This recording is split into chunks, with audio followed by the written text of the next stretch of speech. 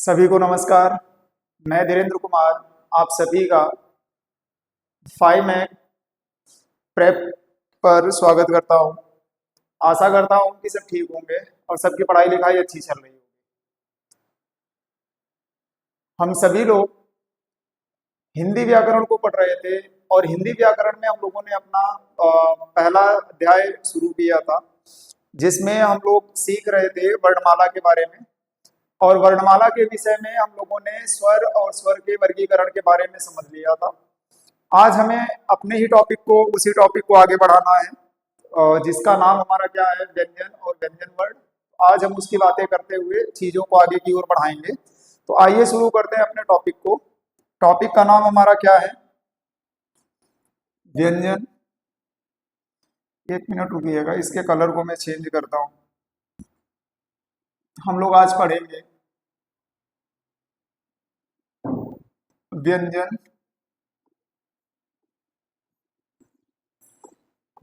एवं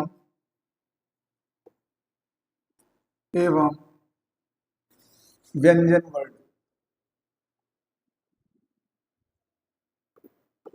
व्यंजन वर्ण, व्यंजन एवं व्यंजन वर्ण। देखिए, सामान्यतः क्या होता है, कई लोगों को ये समझ में आता है कि व्यंजन और व्यंजन वर्ण दोनों एक ही चीज हैं, लेकिन ऐसा नहीं है। तो हम लोग प्रयास करेंगे पहले व्यंजन के बारे में समझने के लिए। तो आइए शुरुआत करते हैं व्यंजन की, और व्यंजन के बारे में हम लोग समझते हैं। जैसे यहाँ जगह हम सबसे पहले सीखेंगे व्यंजन को। व्यंजन या व्यंजन को ही कभी कभी हम लोग ऐसे भी लिखते हैं, व्यंजन।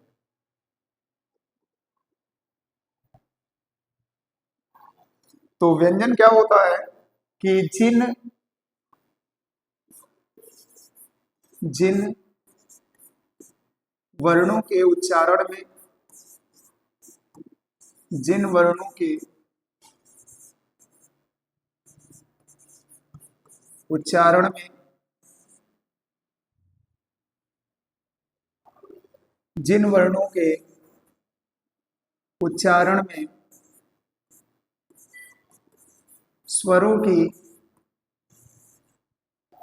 की आवश्यकता स्वरों की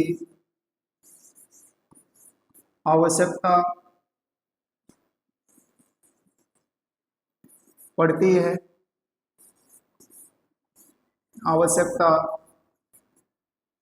पड़ती है उसे उसे व्यंजन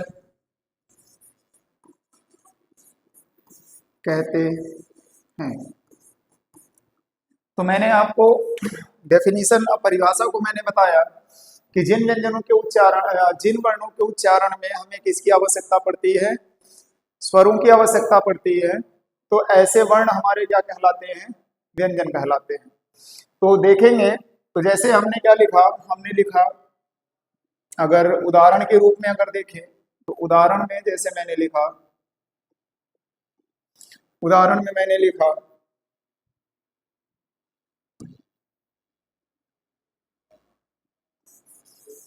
क, मैंने लिखा ख, ग, घ। तो ये हमारे क्या कहलाए, व्यंजन कहलाए। तो कुछ महत्वपूर्ण चीज जो हमें इसमें समझना है, तो उन महत्वपूर्ण चीजों की मैं थोड़ी सी बात करते हुए आगे की ओर बढ़ूंगा। जैसे कुछ महत्वपूर्ण बिंदु हैं जिन्हें हमें समझना है। सबसे पहला कि इनका उच्चारण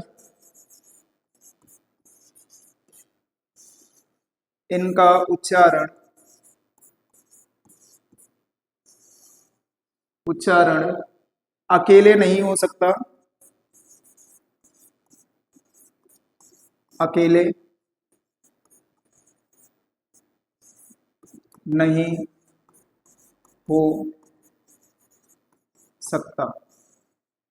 यानी ये जो भी हमारे व्यंजन होते हैं, इन व्यंजनों का उच्चारण कभी भी अकेले करना संभव नहीं है। इसीलिए इसीलिए इसमें इसमें स्वरों की आवश्यकता पड़ती है। स्वरों की आवश्यकता पड़ती है।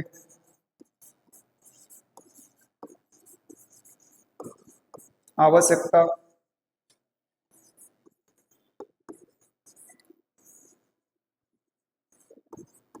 पड़ती है। स्वरों की आवश्यकता पड़ती है। दूसरा जो महत्वपूर्ण बिंदु है, वो महत्वपूर्ण बिंदु यह है कि यह एक ध्वनि होती है। यह यह ध्वनि होती है। ध्वनि होती है। अब इसमें हम थोड़ी सी बात अगर आगे की ओर बढ़ाएं तो देख लेते हैं कि व्यंजन वर्ण क्या होता है।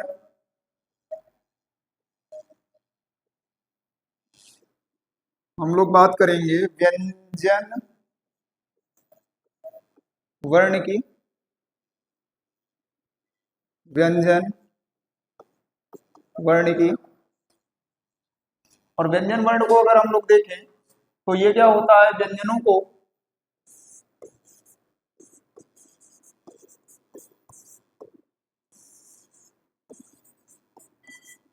व्यंजनों को व्यंजनों को लिखने वाले चिन्हों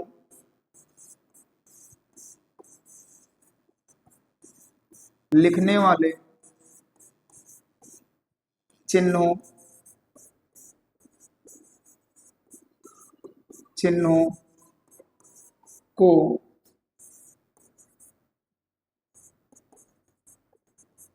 व्यंजन वर्ण कहते हैं। यानी व्यंजनों को निरूपित करने के लिए जिन चिन्हों का प्रयोग हम लोग किया करते हैं, व्यंजनों को निरूपित करने के लिए जिन चिन्हों का प्रयोग हम लोग किया करते हैं, वो सभी चिन्ह हमारे क्या कहलाते हैं, व्यंजन वर्ण कहलाते हैं। जैसे उदाहरण स्वरूप अगर हम लोग देखें उदाहरण स्वरूप अगर हम लोग देखें तो अगर देखेंगे तो जैसे हमारे पास में कुछ चीजें निकल करके आएंगे। जैसे हमने लिखा क, मैंने लिखा ख,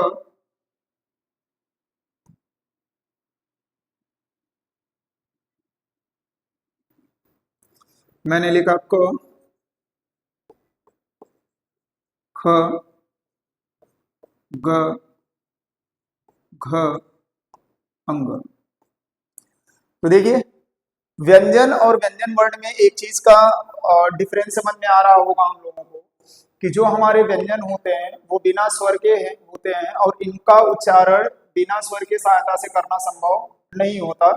और जो व्यंजन वर्ण होते हैं इनका उच्चारण जो होता है वो हम स्वरों की सहायता से करते हैं। और इन चिन्हों को निरूपित करने के लिए हम अ, जिन चिन्हों का प्रयोग करते हैं, यानी व्यंजनों को लिखने के लिए हम लोग जिन चिन्हों का प्रयोग करते हैं वो सभी के सभी चिन्ह हमारे क्या कहलाते हैं, व्यंजन वर्ण कहलाते हैं। तो आशा करते हैं कि यहाँ जगह तक की चीजें आपको समझ में आई हैं। तो आप एक बार इसे नोट डाउन करें, फिर हम बात करते हैं आगे की ओर।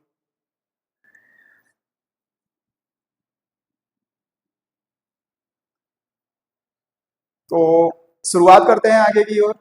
और अब हम लोग चलते हैं व्यंजन वर्ण के ऊपर। हम लोग सीखेंगे व्यंजन वर्ण। तो आइए आज हम लोग पढ़ेंगे क, ख, ग, घ और अंग। तो शुरुआत करते हैं इसके बारे में। तो यहाँ जगह देखते हैं तो इसको मैं कुछ पार्ट में डिवाइड करूंगा। जैसे मैंने लिखा क, च, ट, त, प, ख, छ, ठ, ठ, फ, ग, ज, ड, द, ब, घ, झ, ढ, ध, भ, अंग, इय, अड़, न और म। तो यहां जगह हम टोटल कितने व्यंजनों को लिखे हैं? 5 लिखे हैं। थोड़ा सा नीचे और लिख देते हैं बाकी जो बच रहे हैं हमारे पास में। य, र, ल, व, श, श, स, ह, छ, त्र, य। ये संयुक्त व्यंजन कहलाते हैं, तो इसको भी छोड़ देते हैं हम यहां तक। तो मैं इनको कुछ भाग में इनको कुछ भाग में हम क्या कर रहे हैं, अलग अलग कर रहे हैं। तो जरा भाग को समझेंगे, उसके बाद फिर बात करेंगे आगे की ओर। देखिए मैं यहां से इनके ये 4 पार्ट को अलग कर रहा हूं, ठीक, और इन 4 पार्ट को मैं अलग कर रहा हूं।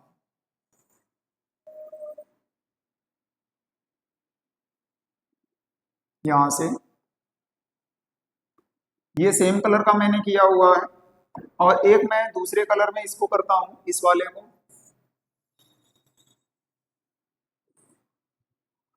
ये हमारा अलग है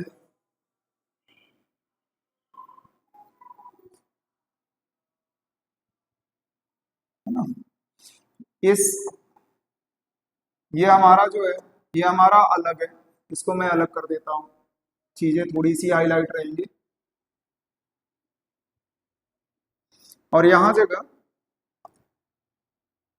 इस चीज को मैं अलग की ओर करूंगा, इसको, ये वाला। और यहां जगह से इस चीज को मैं अलग कलर से कर रहा हूं।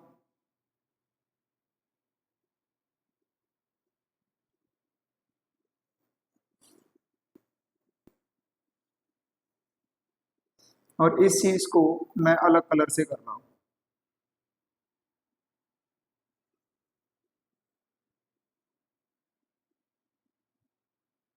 तो यहां जगह अगर इन व्यंजन वर्णों की अगर हम लोग बात करें, तो अगर देखेंगे तो देखिए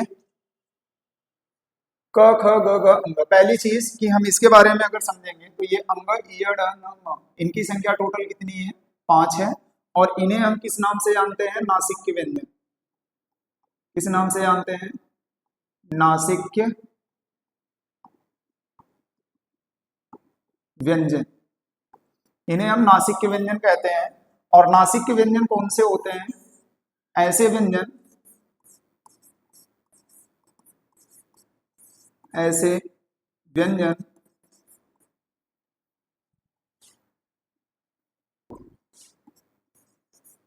व्यंजन जिनके उच्चारण के समय, जिनके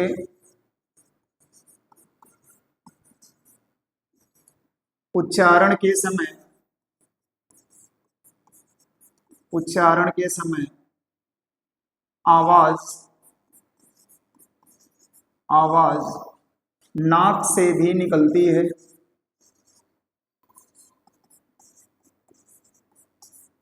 नाक से भी निकलती है,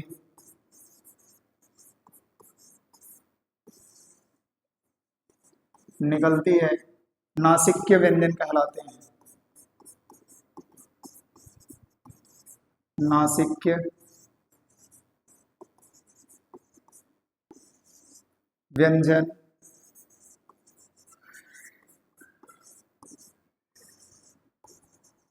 कहलाते हैं। तो मैंने आपसे क्या बताया कि इधर वाले 5 जो हमारे सामने लिखे गए हैं, अंग, इ, अड़, न और म, ये हमारे कौन से व्यंजन कहलाते हैं? नासिक्य व्यंजन कहलाते हैं। और नासिक्य व्यंजन क्या होते हैं कि ऐसे व्यंजन जिनके उच्चारण में जो आवाज हमारी है वो कहाँ से निकलती है? नाक से भी निकलती है, तो उसे नासिक्य व्यंजन कहते हैं। अगर चाहें तो आप एक साथ हमारे साथ बोल करके प्रयास कर सकते हैं, जैसे अंग, इय, अड़, न और म। चलिए अब हम बात करते हैं इधर की ओर। देखिए यहाँ जगह जो रेड कलर से चीज लिखी गई है, अगर इसके बारे में मैं बताऊं तो ये जो रेड कलर से चीज लिखी गई है इसे हम लोग कहते हैं, इनकी संख्या टोटल कितनी है, 4 है। और इसे हम लोग कहते हैं अंतस्थ व्यंजन। इसे हम लोग कहते हैं अंतस्थ व्यंजन। ठीक। अब अगर मैं यहाँ की बात करूं, अब मैं यहाँ की अगर बात करूं, इनकी संख्या भी देखेंगे 1 2 3 4, इनकी भी संख्या कितनी है, टोटल 4 है, 4 है। और इन्हें हम लोग कहते हैं ऊष्म या संघर्षी व्यंजन। ऊष्म या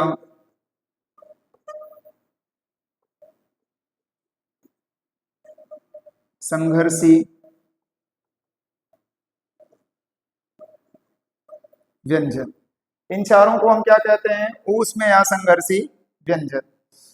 इसके नीचे मैं बाकी भी लिख ही देता हूं, फिर देखते हैं आगे की ओर। जैसे बाकी हमारे पास में क्या बच रहे थे, क्ष, त्र, ज्ञ और स्र, ये 4 हमारे पास में बच रहे थे। इन चारों को भी हम लिख ही लेते हैं। इनकी भी संख्या अगर आप देखेंगे तो इनकी संख्या हमारे पास में टोटल कितनी है, 4। और इन चारों को हम लोग कहते हैं संयुक्त व्यंजन।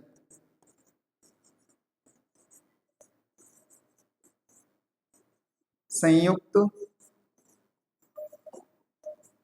व्यंजन, इन्हें हम किस नाम से जानते हैं, संयुक्त व्यंजन के नाम से जानते हैं। अब आते हैं इधर की ओर। इधर देखेंगे तो 1 2 3 4, 4 इधर, 4 4 और 4 4 4 4। तो ये 6 जो है हमारा, इसे 6 को कुछ किताबों में इसे स्पर्श संघर्षी व्यंजन भी कहते हैं। स्पर्श या संघर्षी व्यंजन, स्पर्श या संघर्षी व्यंजन। और इस चीज को मैं उस साइड में लिख दूं तो ज्यादा अच्छा है, क्योंकि अभी ब्लू वाले को भी दिखाना है। इधर मैं दिखा देता हूं।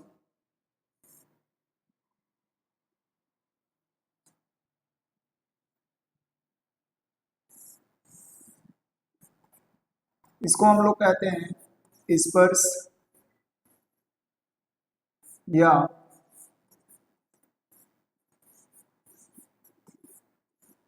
संघर्षी व्यंजन। और ये जो ब्लू वाली है लाइन, ये ब्लू वाली जो लाइन है, ये वाली, इसे हम कहते हैं स्पर्श व्यंजन। स्पर्श व्यंजन, है ना। इस ब्लू वाली लाइन को हम लोग क्या कहते हैं, स्पर्श व्यंजन कहते हैं। तो देखिए व्यंजन वर्ण के बारे में जब हम लोगों ने पढ़ना शुरू किया तो हमें एक चीज समझ में आया कि जो व्यंजन वर्ण हमारे होते हैं ये कितने होते हैं।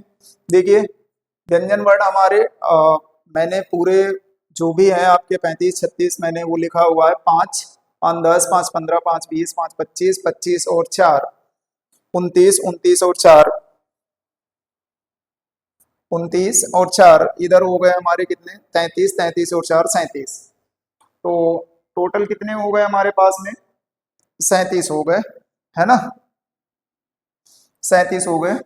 तो अब हमें क्या करना है, इन सभी चीजों को डिटेल में लेकर के चलना है।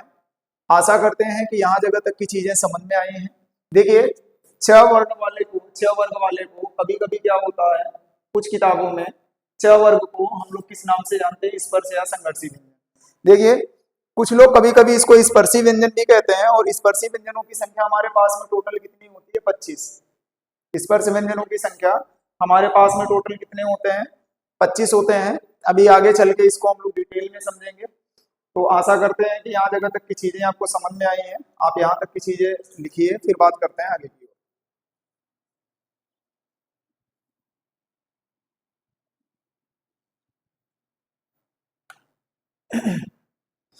चलिए, अब धीरे धीरे चीजों को आगे की ओर बढ़ाते हैं, और आगे की ओर बढ़ाते हुए हम चलते हैं अपने कुछ महत्वपूर्ण बिंदुओं पर। तो उन महत्वपूर्ण बिंदुओं की अगर हम बात करें तो पॉइंट नंबर फर्स्ट क्या है? परंपरागत रूप से व्यंजनों की कुल संख्या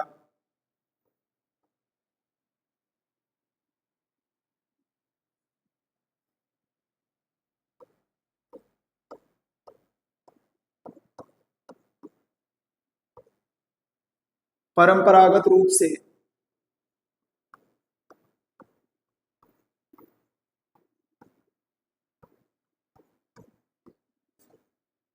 व्यंजनों की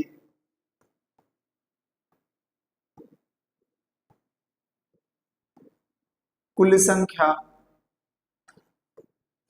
व्यंजनों की कुल संख्या कितनी है? 33। अब ये 33 हैं कौन कौन से, वो भी देख लीजिए। इस 33 की अगर मैं बात करूं तो 33 में हमारे क्या क्या निकल करके आएंगे? स्पर्श व्यंजन,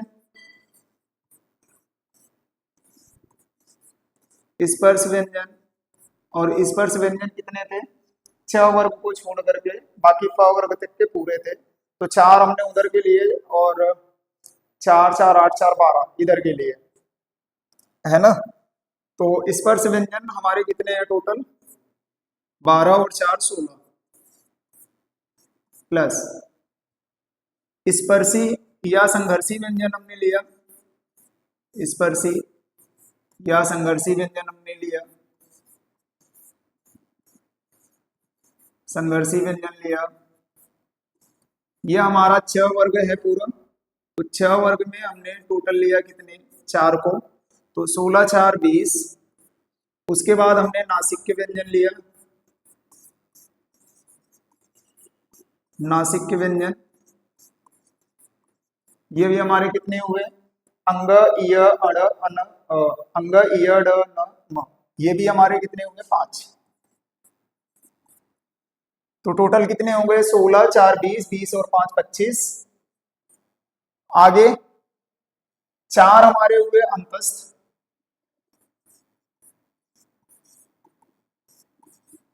अंतस्थ कितने हुए? 4। और 4 हो गए हमारे इस ऊष्म व्यंजन, 4 हो गए हमारे ऊष्म व्यंजन।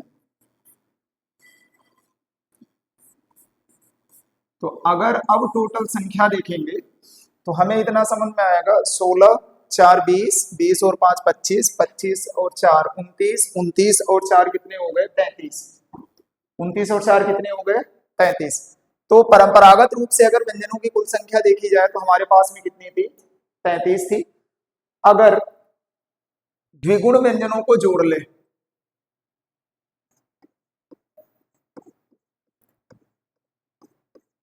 द्विगुण व्यंजन, द्विगुण व्यंजन। अब द्विगुण व्यंजन कौन कौन से होते हैं? अड और अड। द्विगुण व्यंजन, द्विगुण व्यंजनों को जोड़ने पर, जोड़ने पर व्यंजन वर्णों की कुल संख्या, व्यंजन वर्णों की कुल संख्या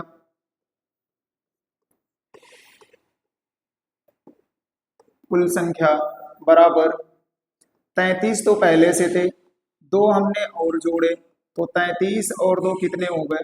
35। तो व्यंजन वर्णों की अगर टोटल संख्या हम लोग देखेंगे तो कितना निकल करके आएंगे? 35। ठीक है, यहां तक किसी को कोई समस्या है? अच्छा, आशा करते हैं कि यहाँ जगह तक की चीजें आपको समझ में आई हैं। हम अपने हम अपने चीजों को आगे की ओर बढ़ाएंगे।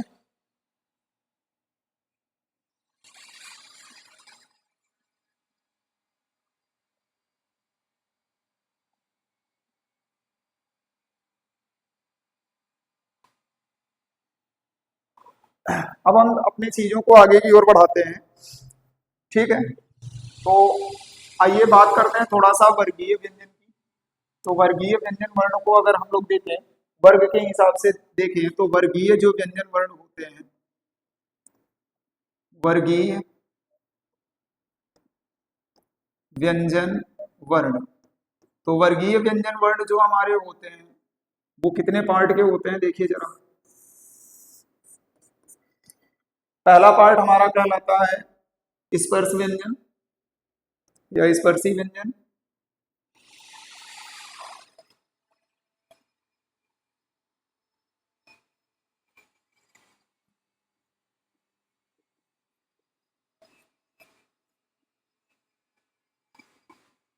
स्पर्शी व्यंजन, और इनकी जो संख्या होती है हमारे पास में वो होती है 16। दूसरा जो हमारा पार्ट होता है वो होता है स्पर्श या संघर्षी व्यंजन। स्पर्श या संघर्षी व्यंजन, व्यंजन इनकी संख्या मैंने आपसे बताई, ये होते हैं टोटल कितने, 4। इसके आगे तीसरा पार्ट अगर हम लोग निकालें, तीसरा पार्ट हम लोग निकालें तो इसको हम लोग कहते हैं नासिक्य व्यंजन।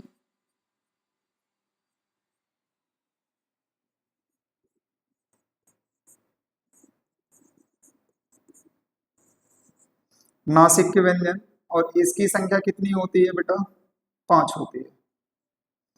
नासिक्य व्यंजन कितने हो गए, 5 हो गए।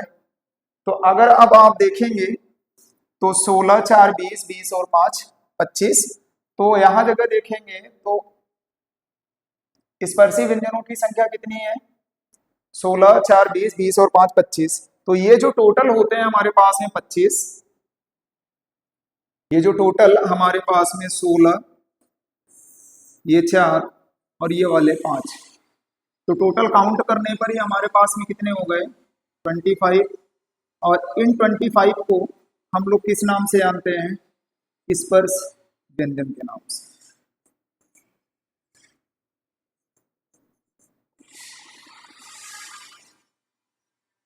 स्पर्श व्यंजन के नाम से। ठीक है, तो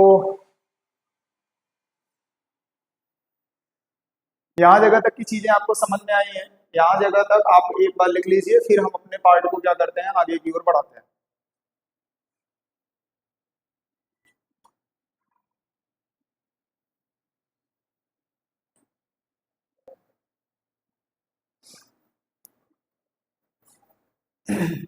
अब हम लोग जो पार्ट अपना लेकर के चल रहे हैं, उसी पार्ट में जो सबसे पहला पार्ट हम लोग पढ़ेंगे वो पढ़ेंगे स्पर्श व्यंजन के बारे में, और इसको परिभाषित करेंगे। स्पर्श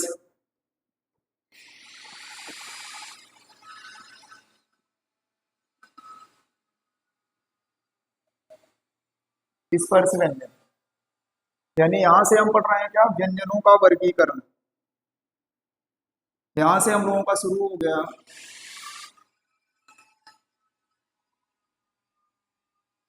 यहां से हमारा शुरू हो गया व्यंजनों का वर्गीकरण।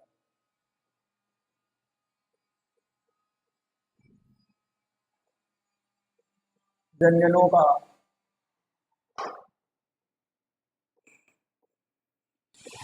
वर्गीकरण, और इस वर्गीकरण में पहला हम लोग पढ़ेंगे इसके बारे में, स्पर्श व्यंजन के बारे में। जिन व्यंजनों के उच्चारण में, जिन व्यंजनों के उच्चारण में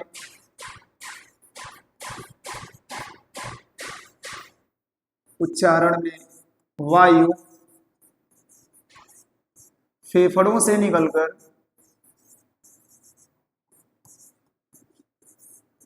फेफड़ों से निकलकर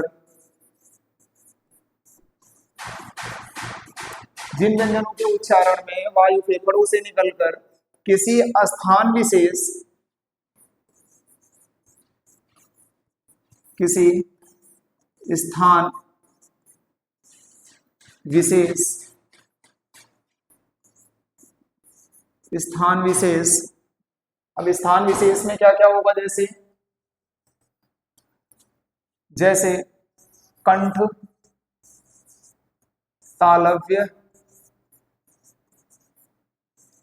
दंत्य और ओष्ठ।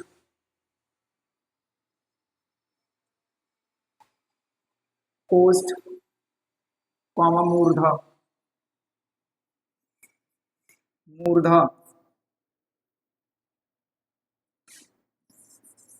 को स्पर्श करती है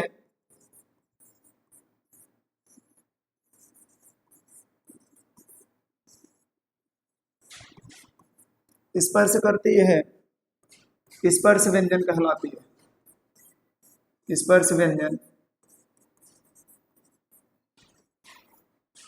कहते हैं।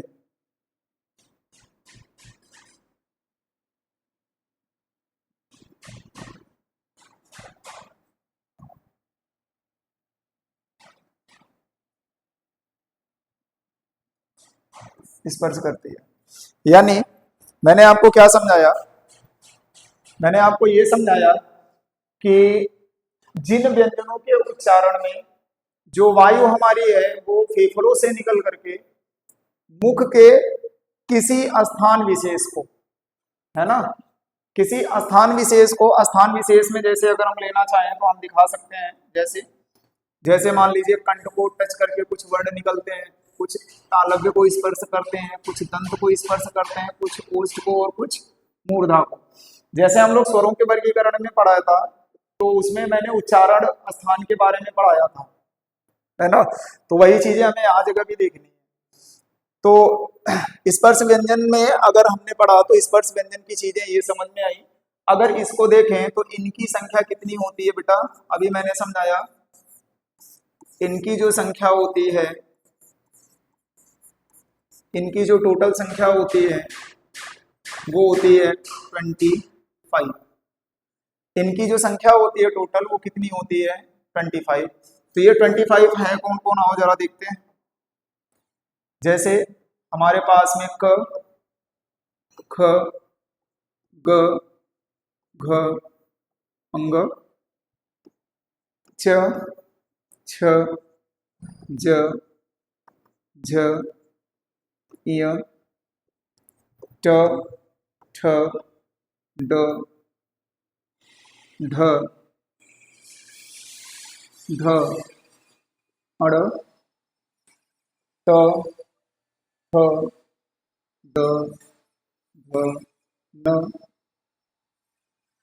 प, फ, ब, भ, म।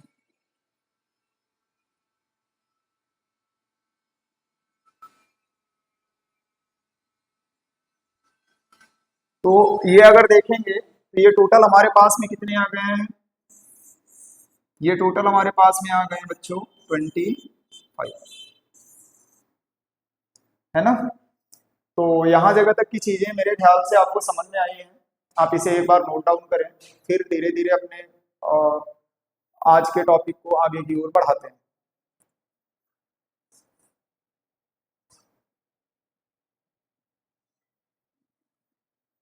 तो चलिए हम लोग स्पर्श व्यंजनों के बारे में पढ़ लिए।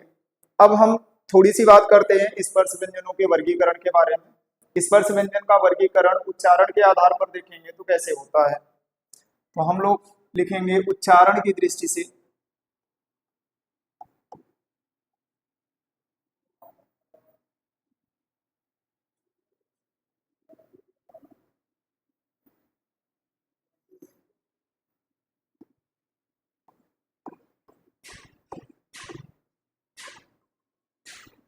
उच्चारण की दृष्टि से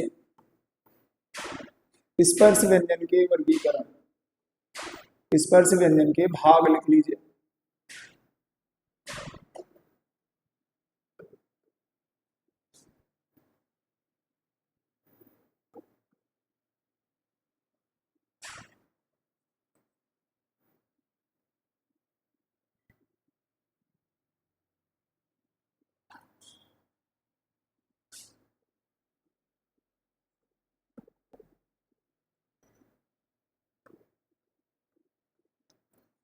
स्पर्श व्यंजन का वर्गीकरण तो देखेंगे तो ये हमारे कितने प्रकार के होते हैं, 5 प्रकार से होते हैं। कितने प्रकार से? 5 प्रकार से। तो सबसे पहला प्रकार जो देखेंगे उसे हम कहते हैं कंठ, दूसरे को कहते हैं तालव्य, तीसरे को हम कहते हैं मूर्धा, चौथे को कहते हैं दंत्य और पांचवें को कहते हैं ओष्ठ।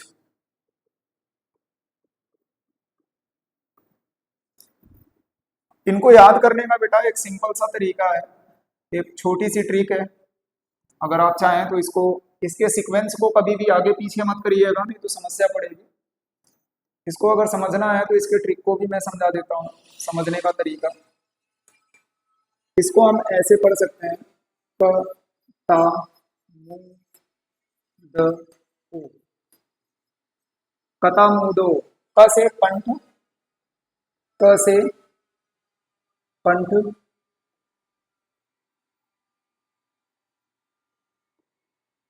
ता से तालु या इसे या तालव्य भी कहते हो, मुंह से मूर्धा,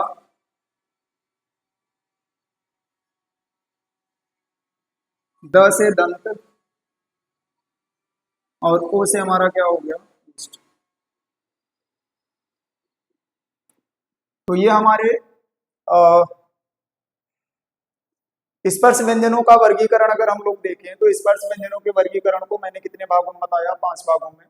सबसे पहला हमारा कहलाया कंठ, दूसरा कहलाया तालव्य, तीसरा कहलाया मूर्धा, चौथा कहलाया दंत और पांचवा कहलाया हमारा क्या? ओष्ठ। तो इनको याद करने का मैंने ट्रिक भी आपको समझा दिया, अगर आप चाहें तो इसको याद कर सकते हैं बड़ी आसानी से।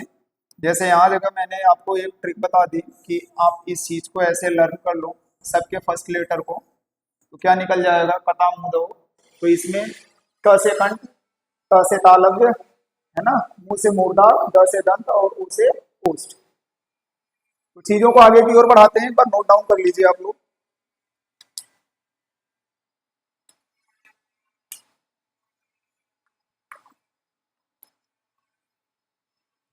चलिए अब हम बात करेंगे उच्चारण स्थान की इसी में। तो आइए उच्चारण स्थान की बात करते हैं। एक जगह मैं लिख रहा हूं वर्ग और एक जगह लिख रहा हूं उच्चारण स्थान, उच्चारण स्थान, उच्चारण स्थान।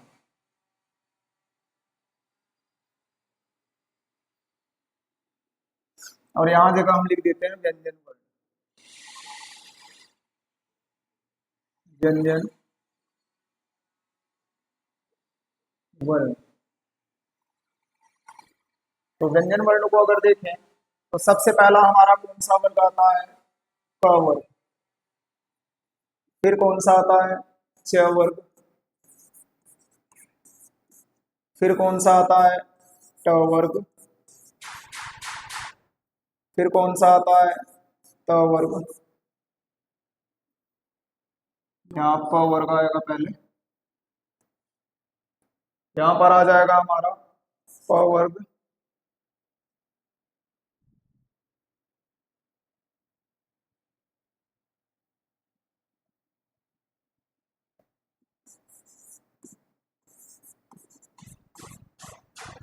फिर आ जाएगा हमारा प।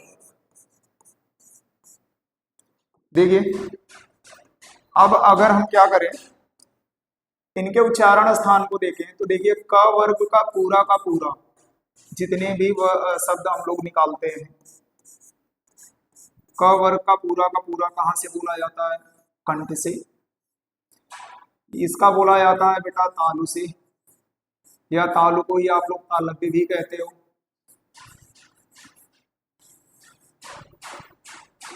इसको बोला जाता है मूर्धा से, या इसे मूर्धन्य भी कहते हैं। मूर्धन्य से। ये बोला जाता है दंत से, और ये बोला जाता है ओष्ठ से।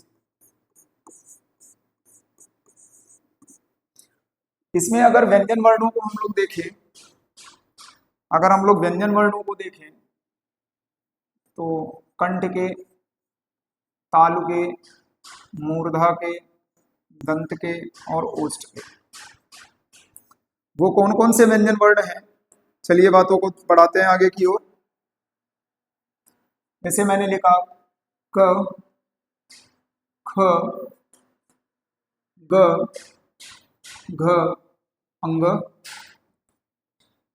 च, छ, ज, झ, य, ट, ठ, ड, ढ, अण, त, थ, द, ध, न, प, फ, ब, भ, म। तो ये हमारे क्या है? व्यंजन वर्ण है, और व्यंजन वर्णों के क्या है? ये हमारे स्थान है।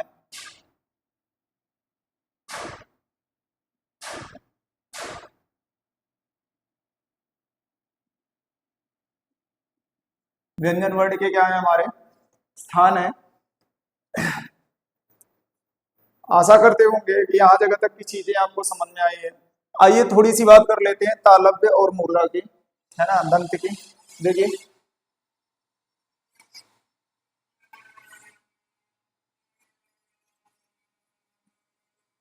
अच्छा, एक बार इसको आप नोट डाउन कर लें, फिर चलते हैं आगे।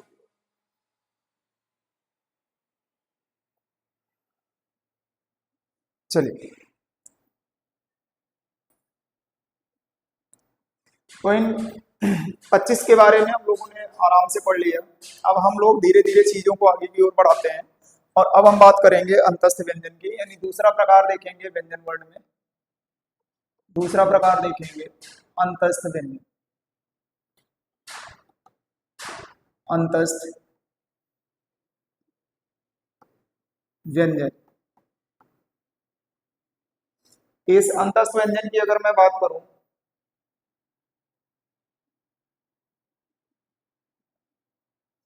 जिन वर्णों का उच्चारण,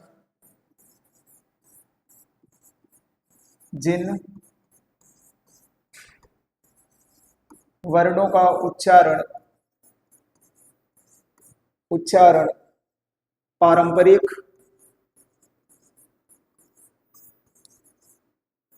जिन वर्णों का उच्चारण पारंपरिक वर्णमाला के बीच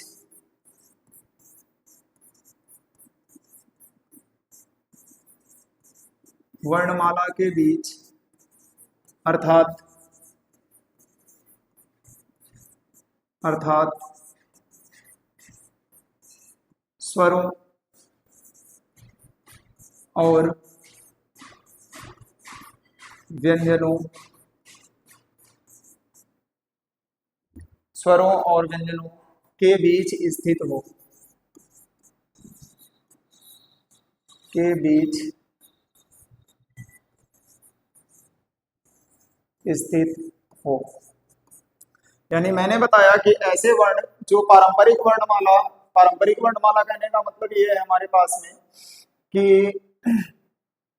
हमारे हमारे क्या होने चाहिए, वो स्वरों और व्यंजनों के बीच में उपस्थित होते हैं, वो हमारे क्या कहलाते हैं?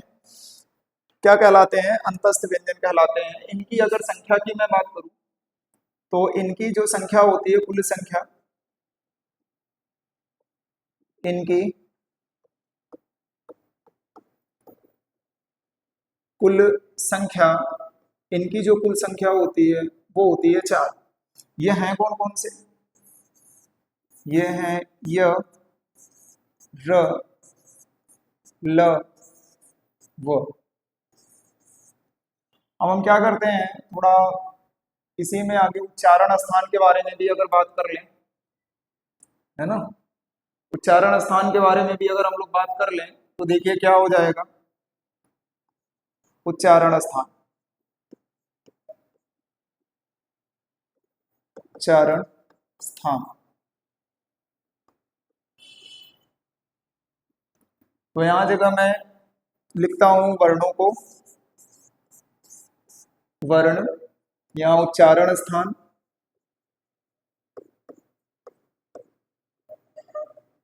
उच्चारण स्थान,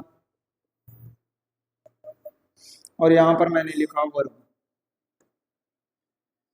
तो वर्ण हमारे पास में 4 हैं।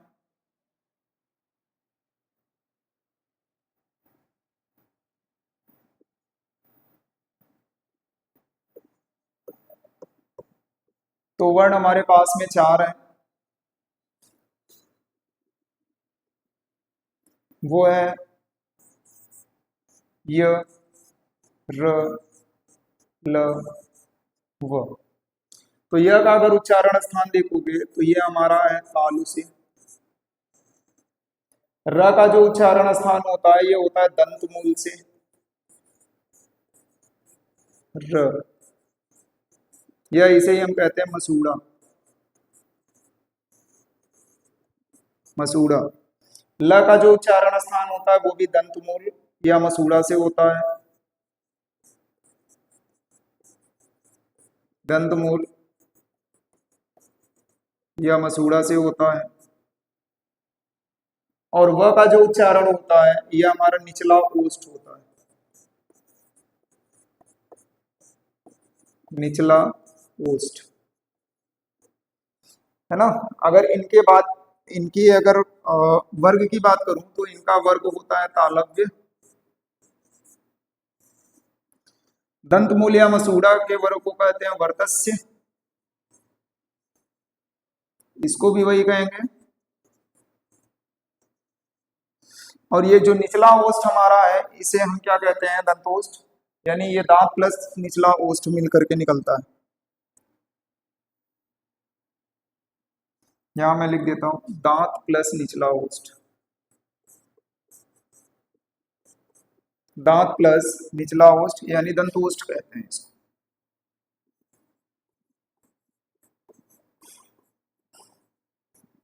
दंतोष्ठ कहते हैं।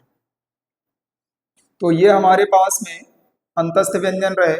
इन अंतस्थ व्यंजनों को हमने डिटेल में पढ़ा कि अंतस्थ व्यंजन वह व्यंजन होते हैं जिनका उच्चारण पारंपरिक वर्णमाला के बीच होता है। इनकी संख्या हमने बात करी तो इनकी संख्या टोटल 4 होती है। वर्ण कौन कौन से आते हैं, य, व, य, र, ल, व। उच्चारण स्थान हमने देखा तो य का जो उच्चारण स्थान है वो हमारा तालु है ना। वर्ग देखा जाए तो तालव्य होता है। र का देखा जाए, र जैसे ही आप बोलते हो तो ये दंत मूल या मसूड़ा बोला जाता है इसको, इसका उच्चारण स्थान। और वर्ग अगर देखा जाए तो वर्तस्य वर्ग होता है। सेम अगर ल को देखा जाए तो हम लोग क्या कहते हैं, दंत मूल या मसूड़े से ये भी बोला जाता है, वर्तस्य इसका भी वर्ग होता है। और वह जो बोला जाता है वह, तो ये हमारा दांत और निचला ओष्ठ इसके बोलने के टाइम पर काम किया करते हैं। आप चाहें तो इन वर्णों को बोल करके देख भी सकते हैं। तो आशा करते हैं कि यहाँ जगह तक की चीजें आपको समझ में आई है। आप इसे नोट डाउन करें, फिर बात करते हैं हम आगे की।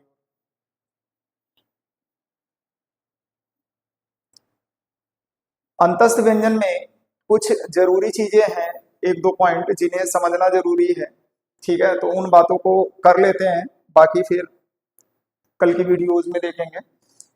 पॉइंट नंबर पहला जो महत्वपूर्ण है, महत्वपूर्ण नंबर फर्स्ट, पहला क्या है, य और व, य और व, ये दो वर्ण हैं जिनकी बातें मैं कर रहा हूं, य और व। इनको हम लोग अर्धस्वर भी कहते हैं, इनको हम लोग अर्ध स्वर भी कहते हैं। अर्ध स्वर क्या होते हैं, जो कभी कभी स्वर बन जाते हैं तो कभी व्यंजन बन जाते हैं, तो कभी व्यंजन जैसे कार्य करते हैं। कभी ये स्वर बन जाते हैं और कभी कैसे कार्य करते हैं, व्यंजन जैसे कार्य करते हैं। इसीलिए इनको हम क्या कहते हैं, अर्धस्वर कहते हैं। हमारे पास में र है, र को हम लोग लुंठित व्यंजन भी कहते हैं। र को हम लोग लुंठित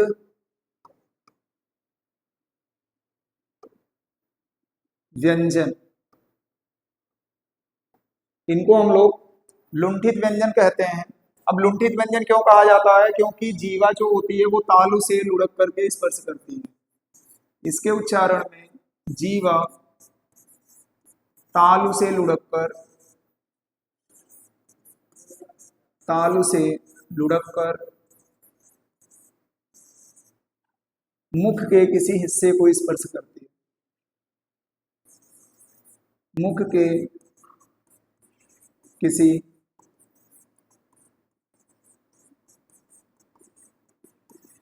हिस्से को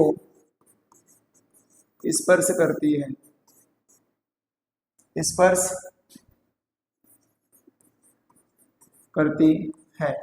यानी जब हम क्या करते हैं, जब हम र का उच्चारण करते हैं, जब हम क्या करते हैं, र का उच्चारण करते हैं, आप बोल करके देखिए र। जब हम र का उच्चारण करते हैं तो जीभ हमारी पहले तालु के ऊपर जाती है और वहां से लुढ़क करके वापस से मुख के किसी हिस्से में क्या कर लेती है, स्पर्श कर लेती है। यही रीजन है कि इसे हम किस नाम से जानते हैं, लुंठित व्यंजन के नाम से। एक हमारे पास में आया ल, इसे हम लोग पार्श्विक व्यंजन कहते हैं। पार्श्विक व्यंजन, इसे हम लोग पार्श्विक व्यंजन कहते हैं। जब वायु वायु जीभ के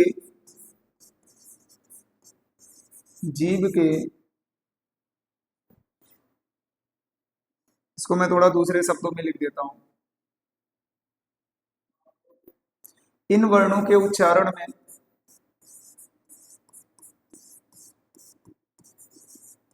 इन वर्णों के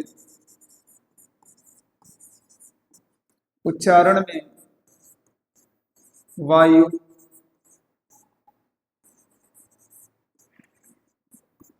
जीभ, इन वर्णों के उच्चारण में वायु जीभ के पार्श्व, जीभ के पार्श्व या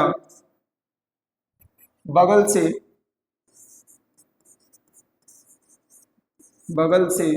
निकलती है।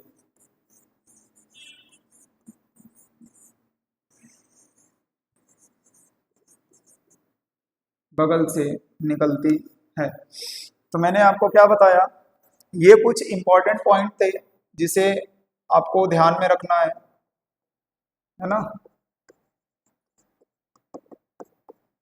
अगर आपसे पिछली परीक्षाओं में पूछा गया है कई सारे पेपरों में कि यह और वह यानी अर्धस्वर क्या होते हैं, तो ध्यान रखिएगा यह और वह हमारे अर्धस्वर कहलाते हैं। लुंठित व्यंजन किसे कहते हैं, इसके बारे में पूछा गया है, लुढ़क करके लगने वाला व्यंजन। तो लुंठित व्यंजन हम लोग र को कहते हैं। और उसके बाद पार्श्विक व्यंजन के बारे में पूछा जाता है, तो पार्श्विक व्यंजन हमारा क्या होता है, ल होता है। तो आशा करते हैं आज की बातें यहीं तक। आशा करते हैं कि आज की क्लास सभी को समझ में आई है और बाकी चीजें हम लोग कल बात करते हैं अपने अगले वीडियो में, क्योंकि ज्यादा देर तक वीडियोस भी लेंथी हो जाते हैं और बड़े भी हो जाते हैं। तो बस आज के लिए इतना ही, कल फिर मिलते हैं। सभी को धन्यवाद।